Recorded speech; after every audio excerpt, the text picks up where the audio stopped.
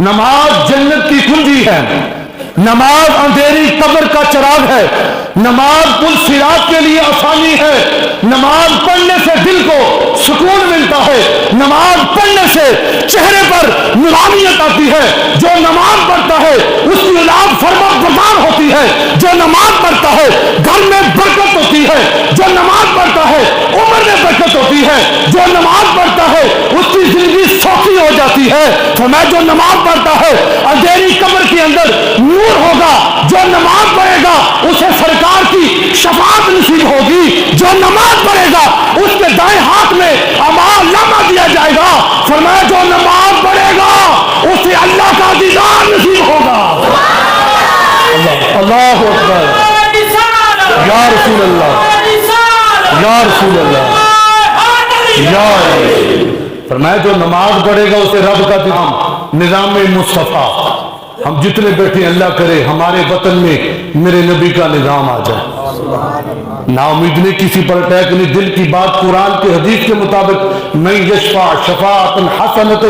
یکن لہ نصیب منہا، فرمایا جو اچھے کی سپورٹ کرے گا اللہ اس کو ثواب دے گا، ومن یشفع شفاعۃ سیئۃ یکن لہ کفل منہا، جو کسی بے دین کو سپورٹ کرے گا اللہ فرماتا ہے قیامت کے دن میں پوچھوں گا۔ یہ قرآن ہے، 5ویں پارے کی میں نے سورہ نساء کی آیت مبارکہ پڑھی ہے۔ نظام مصطفیٰ ہے کیا؟ نبی پاک علیہ السلام کے دور میں ایک عورت نے چوری کر لی، اس کا نام بھی فاطمہ تھا۔ یہ ہمارے سلیبس میں اسکولوں میں پڑھائی بھی جاتی ہے بات، لیکن بات اصل نظام ہے کیا؟ ہم اس طرف آئیں، حضور علیہ السلام کی بارگاہ کے اندر یہ مقدمہ آ گیا کہ عورت نے چوری کی ہے، تو اسلام کے اندر چور کی سزا کیا ہے؟ ہاں سب کو پتا ہے ماشاءاللہ، اتنی بات کو پتا ہے۔ اسی چیز کا تو ڈر ہے جی، اگر آگے تو ہمارے حق نہیں بچے گے۔ وہ یار پالا تو چور نہیں ہوگے، سانو کا پالا۔ اگر ہم اسلام کے مطابق چلیں گے اللہ کی رحمت سے، میری بات یاد رکھنا، انشاءاللہ ہر طرف خوشحالی ہوگی، گھروں کے اندر امن ہوگا، سکون ہوگا، اور پاک وطن انشاءاللہ پھر سے بلندیوں کی طرف گامزن ہوگا۔ اب اس عورت نے چوری کی، بڑے بڑے لوگ فرمائشیں لے کر آ گئے، سفارشیں بڑی بڑی آ گئی، بڑی سفارشیں اکٹھی ہو گئی کہ عورت تکڑے گھر کی ہے، حضور تھوڑی سی نرمی کرے، اس کے ہاتھ نہ کاٹے جائیں۔ یہ ہے نظام مصطفیٰ، یہ ہے اسلام کی عدالت کہ وہاں پر سب کی سنی جاتی ہے اور فیصلہ میرٹ پر کیا جاتا ہے۔ نبی پاک کا فرمان سننا، میری بات ختم ہو جائے گی یہیں پہ کہ نظام مصطفیٰ میں کہنا کیا چاہتا ہوں۔ نبی پاک نے ارشاد فرمایا لوگوں سنو، تم سے پہلی قومیں اسی وجہ سے برباد ہو گئی، غریبوں کے لیے تو قانون ہوتا تھا، امیر کے لیے کوئی قانون نہیں ہوتا تھا۔ آج میں اور آپ کو بالکل منوان ایسی حالت ہے، حضور کی یہ حدیث ہے، فرمایا تم سے پہلی قومیں اس لیے تباہ و برباد ہو گئی، وہ غریب کو پکڑ لیتے تھے، امیر کو کوئی پکڑتا ہی نہیں تھا۔ اب جو اگلی بات حضور نے کہی، حضور نے فرمایا اگر میری بیٹی فاطمہ بھی چوری کرتی، حالانکہ ایسا ہو نہیں سکتا، یہ ہمیں سمجھایا ہے، فرمایا کہ تم کہتے ہو کہ تھوڑی سی نرمی کرو، اگر آج میری بیٹی بھی یہ جرم کرتی تو نظام ہے کیا؟ سب کے لیے قانون برابر، فرمایا میں اس کا بھی ہاتھ کاٹ دیتا۔ یہ ہے اصل نظام مصطفیٰ، یہ ہے جو حضور ہم سے تقاضا کرتے ہیں، یہ ہے میرے نبی کا دین۔ الحمدللہ الحمدللہ رب العالمین، والصلاة والسلام علی سید الانبیاء والمرسلین، اما بعد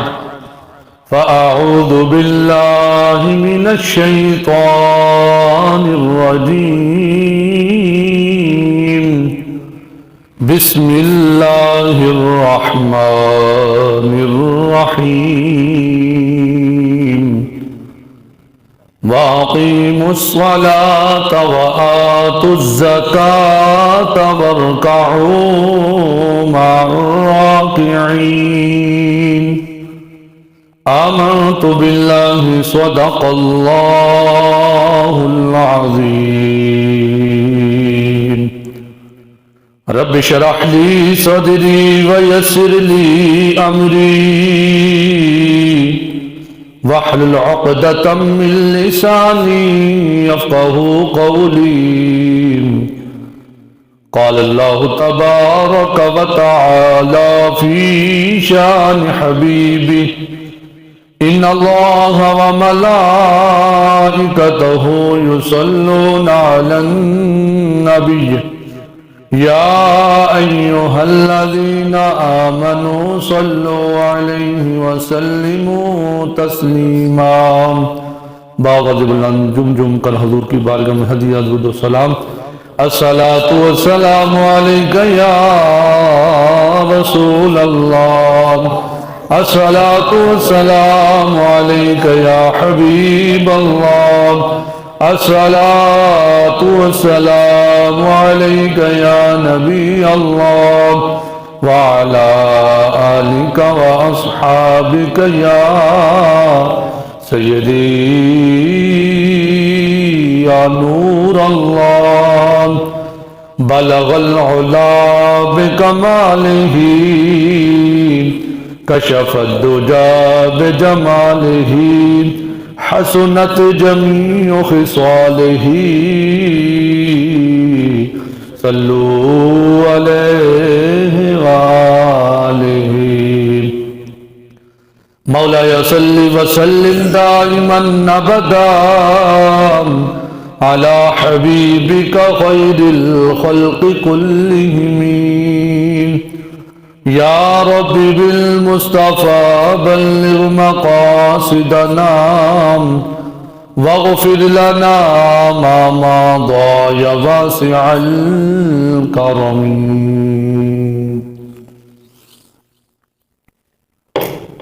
چمک تجھ سے پاتے ہیں سب پانے والے چمک تجھ سے پاتے ہیں سب پانے والے میرا دل بھی چمکا دے چمکانے والے میرا دل بھی چمکا دے برستا نہیں دیکھ کر ابر رحمت برستا نہیں دیکھ کر ابر رحمت بدوں پر بھی برسا دے برسانے والے میرا دل بھی چمکا دے چمکانے والے میرا دل بھی چمکا دے چمکانے رہے گا یوں ہی ان کا چرچا رہے گا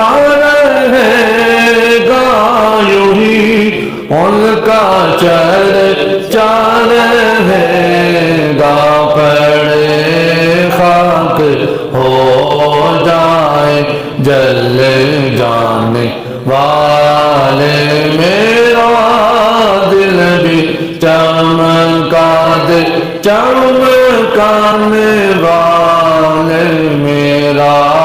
دل بھی چمکا دے چمکانے والے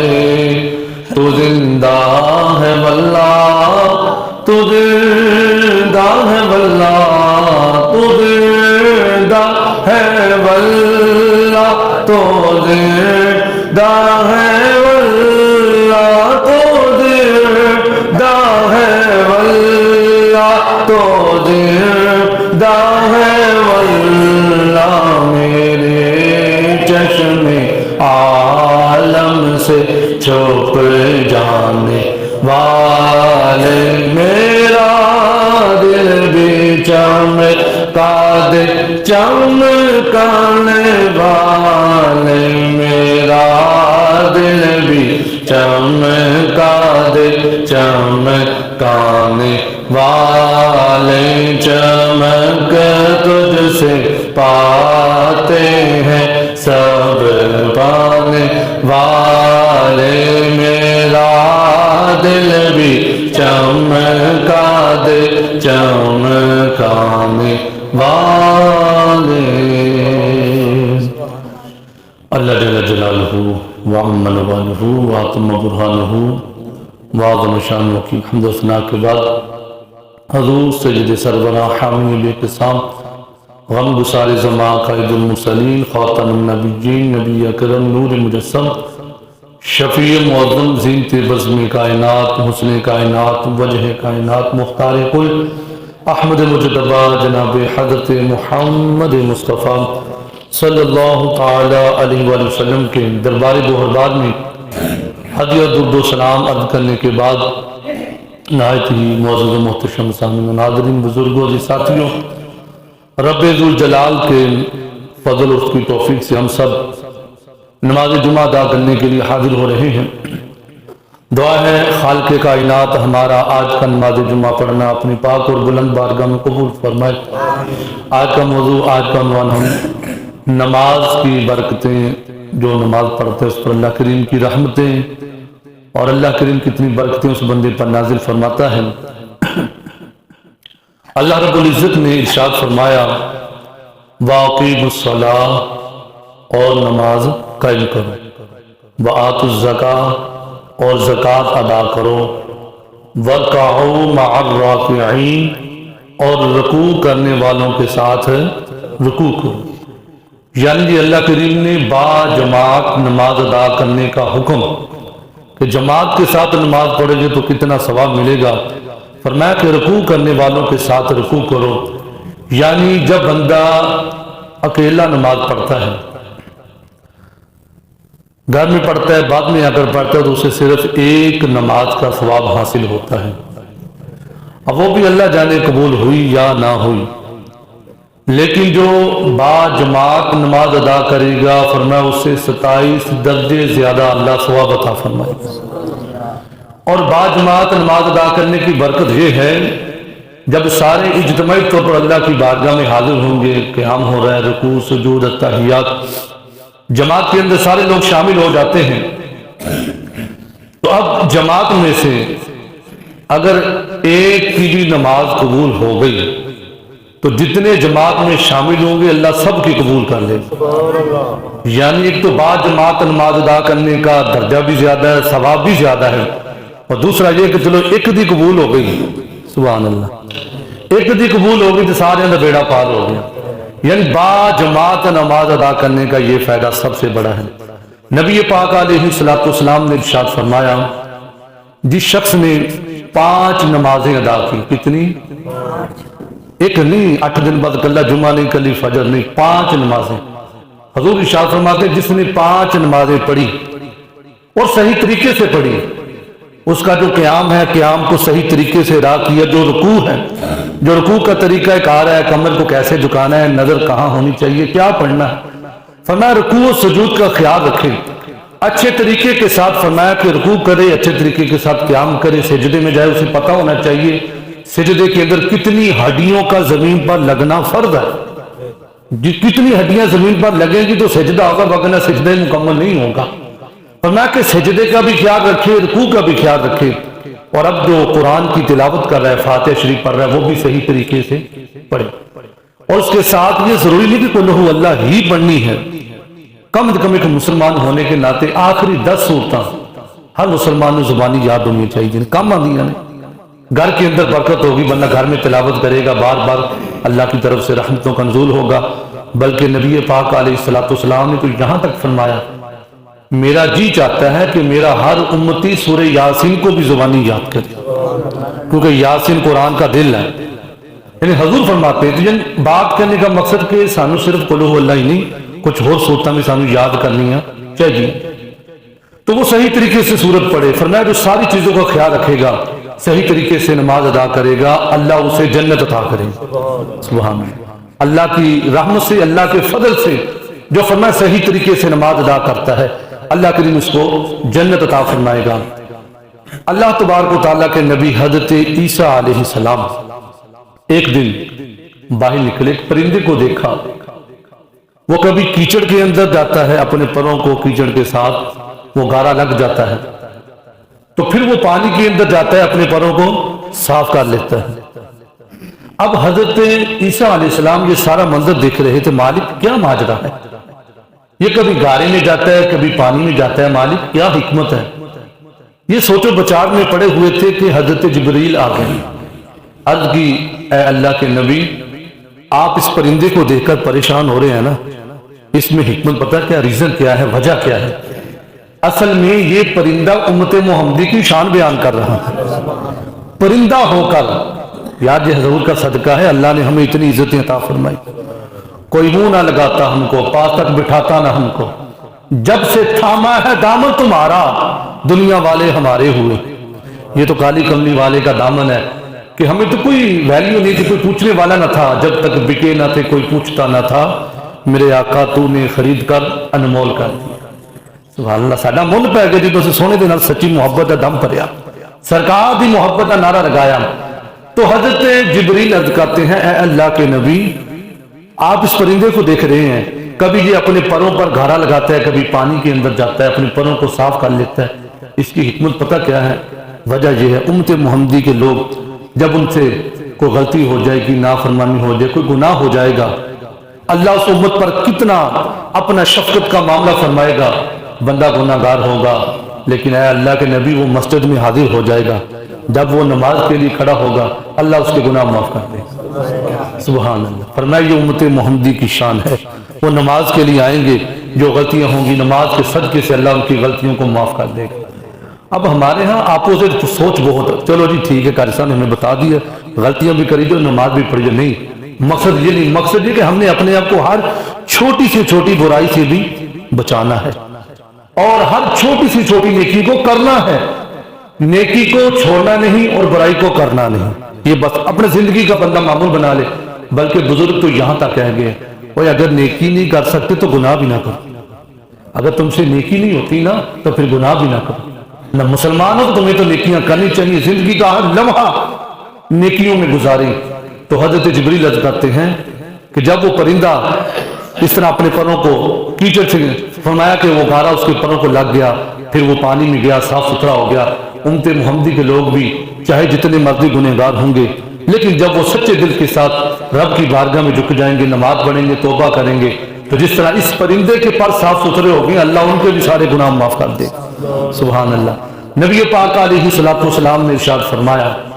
حضرت سیدنا ابو ذر غفاری رضی اللہ عنہ، پت جھڑ کا موسم، جس طرح آج کل درختوں کے پتے جھڑ کے نئے پتے آنا شروع ہو رہے ہیں،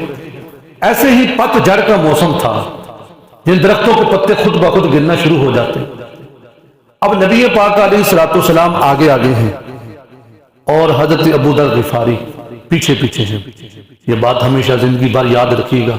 جتنا میرے نبی کے صحابہ نبی کا ادب کرتے تھے ہم نہیں کر سکتے، جتنا وہ حضور سے پیار کرتے ہم تو کر ہی نہیں سکتے، جتنی صحابہ نے حضور سے وفا کی ہے ہم تو وہاں پہنچ ہی نہیں سکتے، ورنہ کوشش کرتے ہیں کہ چلو ہم مسلمان ہیں، سرکار کی محبت کا دم بھریں۔ اب ابو ذر غفاری پیچھے پیچھے، آگے آقا کریم علیہ السلام ہے۔ نبی پاک علیہ السلام نے درخت کی ٹہنی کو پکڑا، اس شاخ کو پکڑ کر، پہلے پت جھڑ کا موسم، جب حضور نے اس طرح ٹہنی کو ہلایا، حرکت دی، تو دھڑا دھڑ اس کے پتے زمین پر گرنا شروع ہو گئے۔ فرمایا کہ اے ابو ذر غفاری، عرض کی لبیک و سعدیک یا رسول اللہ، لبیک یا رسول اللہ، سونے میں حاضر ہوں۔ یہ نعرہ صحابہ کا نعرہ ہے، لبیک یا رسول اللہ، سونے میں حاضر ہوں، سونے حکم کرو۔ فرمایا کہ اے ابو ذر، یہ پتے نظر آ رہے ہیں، پتے جھڑتے نظر آ رہے ہیں؟ عرض کی ہاں آقا میں دیکھ رہا ہوں، پتے جھڑ رہے ہیں اور دھڑا دھڑ زمین پر گرتے نظر آ رہے ہیں۔ فرمایا کہ ابو ذر، جس طرح اس درخت کے پتے جڑ رہے ہیں، ایسے ہی جب ایک بندہ مومن 5 وقت اپنے رب کی بارگاہ میں حاضری دیتا ہے، جس طرح اس درخت کے پتے گر رہے ہیں، وہ مسلمان کبھی قیام میں کھڑا ہوتا ہے، کبھی رکوع میں ہوتا ہے، کبھی سجدے میں ہوتا ہے، کبھی اتحیات میں بیٹھا ہوتا ہے۔ تو اے ابو ذر، جس طرح اس درخت کے پتے جڑتے ہیں، ایسے ہی جب مسلمان نماز پڑھ رہا ہوتا ہے اس کے بھی گناہ اسی طرح جڑ رہے ہوتے ہیں، فرمایا اس کے گناہ بھی اسی طرح ہی جڑ رہے ہوتے ہیں۔ نبی پاک علیہ السلام کے غلاموں، حضور ارشاد فرماتے ہیں، جب ایک مؤذن اذان دیتا ہے مسجد کے اندر اذان ہوتی ہے اللہ اکبر اللہ اکبر، کیا مطلب کہ اللہ بہت بڑا ہے، لوگوں اللہ بہت بڑا ہے، اللہ بہت بڑا ہے۔ بار بار دن کے اندر 5 مرتبہ یہ آوازہ بلند ہوتا ہے اللہ کے گھر میں۔ آج ہر بندہ اس کی یہ سوچ ہوتی ہے، اس کی یہ لگن ہوتی ہے کہ میں کامیاب ہو جاؤں۔ کوئی بھی کاروبار اس کی سب سے پہلے یہ سوچ ہوتی ہے یار مجھے نفع ہو، مجھے فائدہ ہو، میں کامیابی کی طرف بڑھوں۔ تو میرے بھائیوں، ایک انسان کامیابی کے لیے اپنا ملک چھوڑ کر دوسرے ملک میں روزی روٹی کے لیے چلا جاتا ہے تاکہ میں کامیاب ہو جاؤں اور ترقی کروں۔ اور میرے بھائی، جب کامیابی کے لیے تم اتنی تگوڈو کر رہے ہو، جب 5 وقت اللہ کے گھر میں آواز گونجتی ہے لوگوں کامیابی کی طرف آؤ، حی علی الصلاۃ، آؤ نماز کی طرف، حی علی الفلاح، آؤ کامیابی کی طرف۔ ادھر انسان اپنی کامیابی کے پیچھے دوڑ رہا ہے اور ادھر کامیابی بندے کو آوازیں دے رہی ہے، کامیابی تمہیں تب ملے گی جب نماز پڑھو، تجھے کامیابی اللہ تب عطا کرے گا، تجھے بلندیاں عروج وہ برکتیں اللہ تجھے تب عطا کرے گا جب تو اپنے رب کی فرما برداری کرے گا، فرما رب کی بارگاہ میں جھک جائے گا، اللہ تجھے برکتیں عطا فرمائے گا۔ حضور ارشاد فرماتے ہیں مؤذن اذان دیتا ہے تو ہمیں کیا کرنا چاہیے؟ 1.5 سے 2 منٹ کی اذان ہوتی ہے، ذرا موبائل اسکرین کو سائڈ پہ کر دیں، ٹی وی کو بند کر کے، فرمایا کہ اذان کا جواب دینا چاہیے، اذان کا جواب دینا چاہیے، اذان کا جواب مطلب کہ جب اذان ہو تو خاموش ہو، آپس میں باتیں وہ بھی چھوڑ دو، خاموشی کے ساتھ فرمایا یہ ادب ہے اذان کا، یہ احترام ہے۔ اب سنیے گا اس کی برکت کیا ہے، اگر ہم 1.5 سے 2 منٹ اگر اذان کے لیے نکالیں گے تو کتنا اللہ ہمیں نیکیاں عطا فرمائے گا۔ نبی پاک علیہ الصلوۃ والسلام نے فرمایا، پہلے حضور نے خواتین کو حکم دیا، فرمایا کہ اے خواتین، جب بلال حبشی اذان دیتے ہیں جیسے یہ کہتے ہیں تم بھی ویسے ویسے پیچھے کہتی رہا کرو۔ خواتین نے عرض کی محبوب اس پر ہمیں ملے گا کیا، ثواب کتنا ہے، اجر کتنا ہے؟ نبی پاک علیہ الصلوۃ والسلام نے ارشاد فرمایا خواتین، جب میرا یار بلال اللہ اکبر کہتا ہے تو تم بھی اللہ اکبر کہا کرو، یہ ایک کلمہ بن جائے گا تو ایک کلمے کے بدلے اللہ تمہیں 1 لاکھ نیکیاں عطا فرمائے گا۔ ایڈی ٹلی سبحان اللہ، گج کے بولو یا سبحان اللہ۔ اتنی بڑی بات کہ ایک کلمے پر 1 لاکھ نیکیاں اور 1 لاکھ گناہ معاف کر دیے جاتے ہیں اور 1000 اللہ درجے اونچے کر دیتا ہے۔ تو صحابیت نے عرض کی تھی سونیا یہ تو بڑھیاں واسطے حکم ہے تو بندیاں واسطے کی حکم ہے؟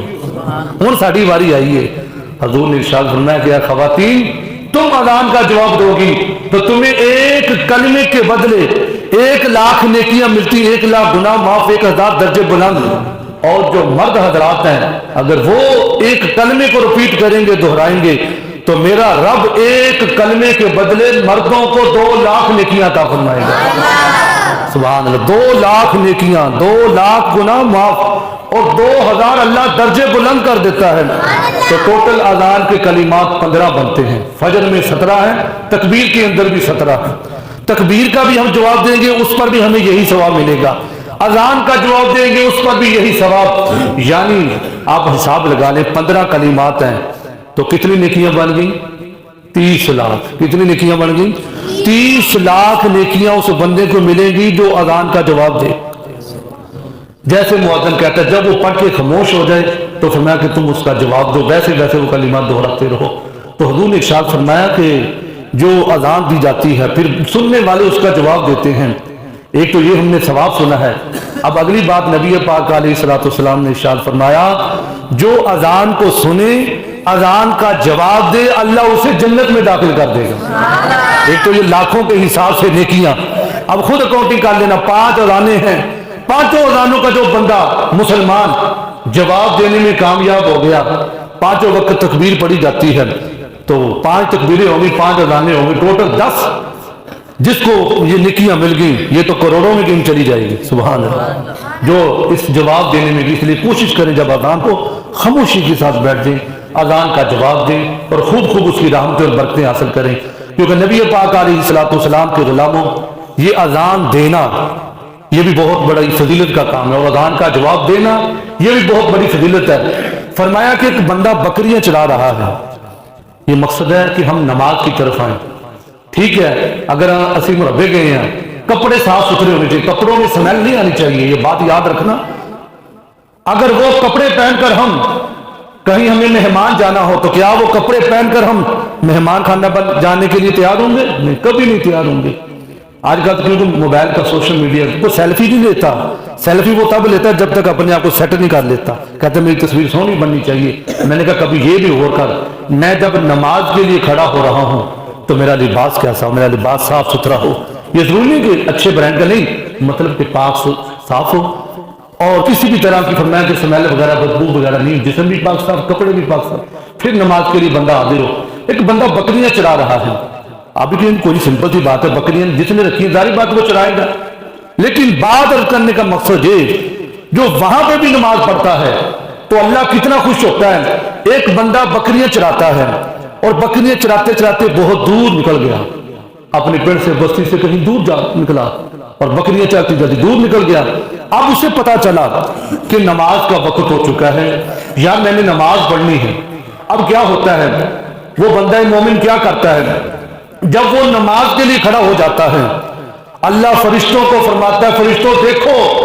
میرا بندہ بکریاں چراتے ہوئے بھی میری نماز پڑھ رہا ہے۔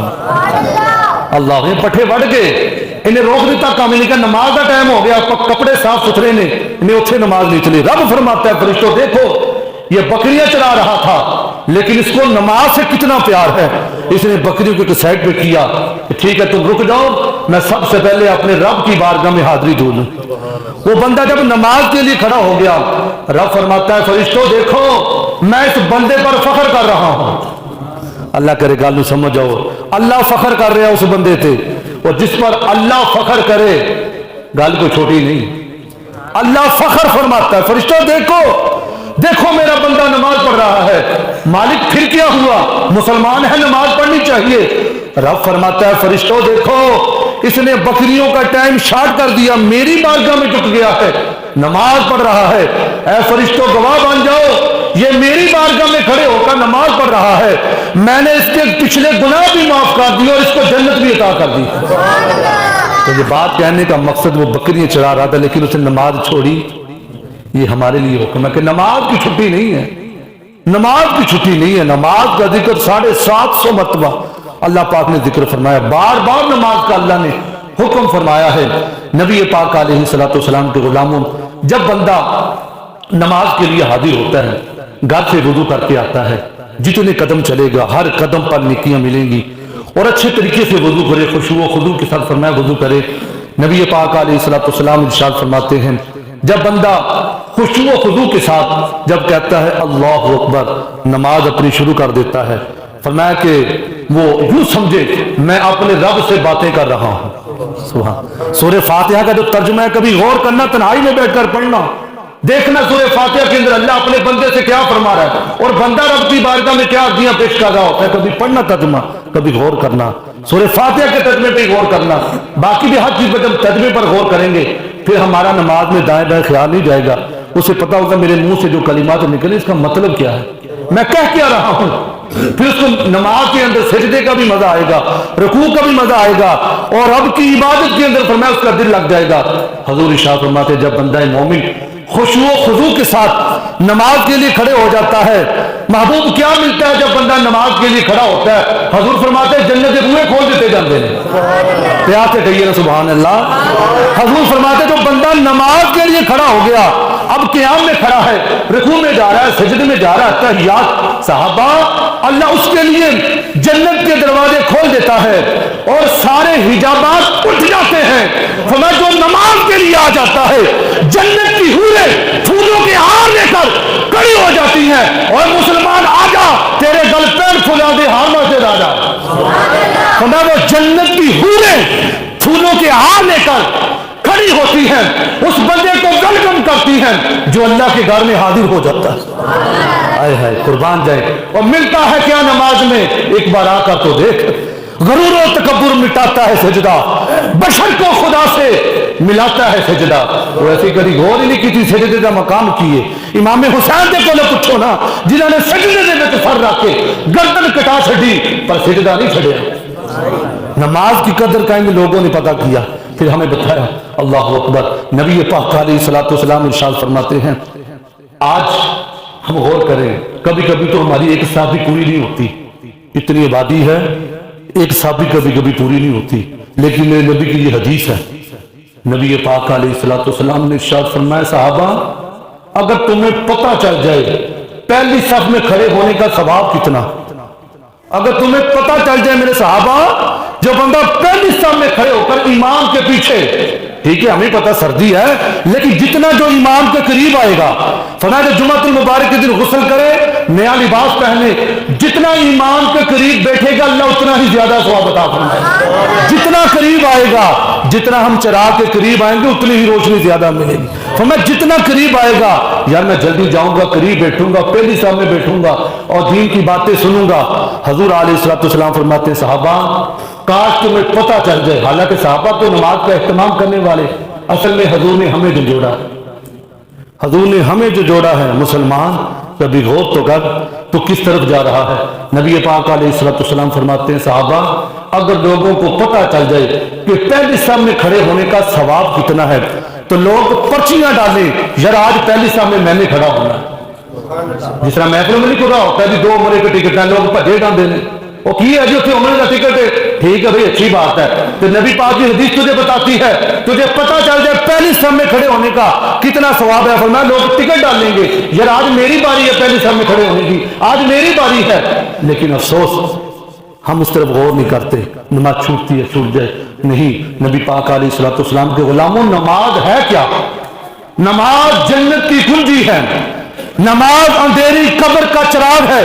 نماز پل صراط کے لیے آسانی ہے، نماز پڑھنے سے دل کو سکون ملتا ہے، نماز پڑھنے سے چہرے پر نورانیت آتی ہے، جو نماز پڑھتا ہے اس کی اولاد فرما بردار ہوتی ہے، جو نماز پڑھتا ہے گھر میں برکت ہوتی ہے، جو نماز پڑھتا ہے عمر میں برکت ہوتی ہے، جو نماز پڑھتا ہے اس کی زندگی سوکھی ہو جاتی ہے۔ فرمایا جو نماز پڑھتا ہے اندھیری قبر کے اندر نور ہوگا، جو نماز پڑھے گا اسے سرکار کی شفاعت نصیب ہوگی، جو نماز پڑھے گا اس کے دائیں ہاتھ میں اعمال نامہ دیا جائے گا۔ فرمایا جو نماز پڑھے گا اسے اللہ کا دیدار نصیب ہوگا۔ اللہ اکبر، یا رسول اللہ، یا رسول اللہ، یا فرمایا جو نماز پڑھے گا اسے رب کا دیدار نصیب ہوگا، جو نماز پڑھے گا اسے رب کا دیدار نصیب ہوگا۔ آخر میں ایک پیغام، نظام مصطفیٰ، ہم جتنے بیٹھے اللہ کرے ہمارے وطن میں میرے نبی کا نظام آ جائے، نا امید نہیں کسی پر اٹیک نہیں، دل کی بات قرآن کے حدیث کے مطابق میں یشفع شفاعۃ حسنۃ یکن لہ نصیب منہا، فرمایا جو اچھے کی سپورٹ کرے گا اللہ اس کو ثواب دے گا، ومن یشفع شفاعۃ سیئۃ یکن لہ کفل منہا، جو کسی بے دین کو سپورٹ کرے گا اللہ فرماتا ہے قیامت کے دن میں پوچھوں گا۔ یہ قرآن ہے 5ویں پارے کی، میں نے سورہ نساء کی آیت مبارکہ پڑھی ہے۔ نظام مصطفیٰ ہے کیا؟ نبی پاک علیہ الصلوۃ والسلام کے دور میں ایک عورت نے چوری کر لی، اس کا نام بھی فاطمہ تھا، یہ ہمارے سلیبس میں اسکولوں میں پڑھائی بھی جاتی ہے بات، لیکن بات اصل نظام ہے کیا؟ ہم اس طرف آئیں، حضور علیہ الصلوۃ والسلام کی بارگاہ کے اندر یہ مقدمہ آ گیا کہ عورت نے چوری کی ہے، تو اسلام کے اندر چور کی سزا کیا ہے؟ ہاں سب کو پتا ہے ماشاءاللہ، اتنی بات کا پتہ ہے، اسی چیز کا تو ڈر ہے جی اگر آگے تو ہمارے ہاتھ نہیں بچے گے، وہ یار پالا تو چور نہیں ہوگی سانو کا پالا، اگر ہم اسلام کے مطابق چلیں گے اللہ کی رحمت سے میری بات یاد رکھنا انشاءاللہ ہر طرف خوشحالی ہوگی، گھروں کے اندر امن ہوگا، سکون ہوگا، اور پاک وطن انشاءاللہ پھر سے بلندیوں کی طرف گامزن ہوگا۔ اب اس عورت نے چوری کی، بڑے بڑے لوگ فرمائشیں لے کر آ گئے، سفارشیں بڑی بڑی آ گئی، بڑی سفارشیں اکٹھی ہو گئی کہ عورت تکڑے گھر کی ہے، حضور تھوڑی سی نرمی کرے، اس کے ہاتھ نہ کاٹے جائیں۔ یہ ہے نظام مصطفیٰ، یہ ہے اسلام کی عدالت کہ وہاں پر سب کی سنی جاتی ہے اور فیصلہ میرٹ پر کیا جاتا ہے۔ نبی پاک کا فرمان سننا، میری بات ختم ہو جائے گی یہیں پہ کہ نظام مصطفیٰ میں کہنا کیا چاہتا ہوں۔ نبی پاک نے ارشاد فرمایا لوگوں سنو، تم سے پہلی قومیں اسی وجہ سے برباد ہو گئی، غریبوں کے لیے تو قانون ہوتا تھا، امیر کے لیے کوئی قانون نہیں ہوتا تھا۔ آج میں آپ کو بالکل منوان ایسی حالت ہے، حضور کی یہ حدیث ہے، فرمایا تم سے پہلی قومیں اس لیے تباہ و برباد ہو گئی، وہ غریب کو پکڑ لیتے تھے، امیر کو کوئی پکڑتا ہی نہیں تھا۔ اب جو اگلی بات حضور نے کہی، حضور نے فرمایا اگر میری بیٹی فاطمہ بھی چوری کرتی حالانکہ ایسا ہو نہیں سکتا، یہ ہمیں سمجھایا ہے۔ فرمایا کہ تم کہتے ہو کہ تھوڑی سی نرمی کرو، اگر آج میری بیٹی بھی یہ جرم کرتی تو نظام ہے کیا، سب کے لیے قانون برابر، فرمایا میں اس کا بھی ہاتھ کاٹ دوں۔ یہ ہے اصل نظام مصطفیٰ، یہ ہے جو حضور ہم سے تقاضا کرتے ہیں، یہ ہے میرے نبی کا دین، یہ ہے دین جو اللہ نے ہمیں حکم دیا۔ اللہ کی بارگاہ میں التجا ہے، اللہ ہمیں دین مصطفیٰ کے مطابق چلنے، سرکار کے نظام کے سب کو فرق کرنے، قرآن کے مطابق زندگیاں گزارنے کی توفیق عطا فرمائے، آمین۔ وما علینا الا البلاغ۔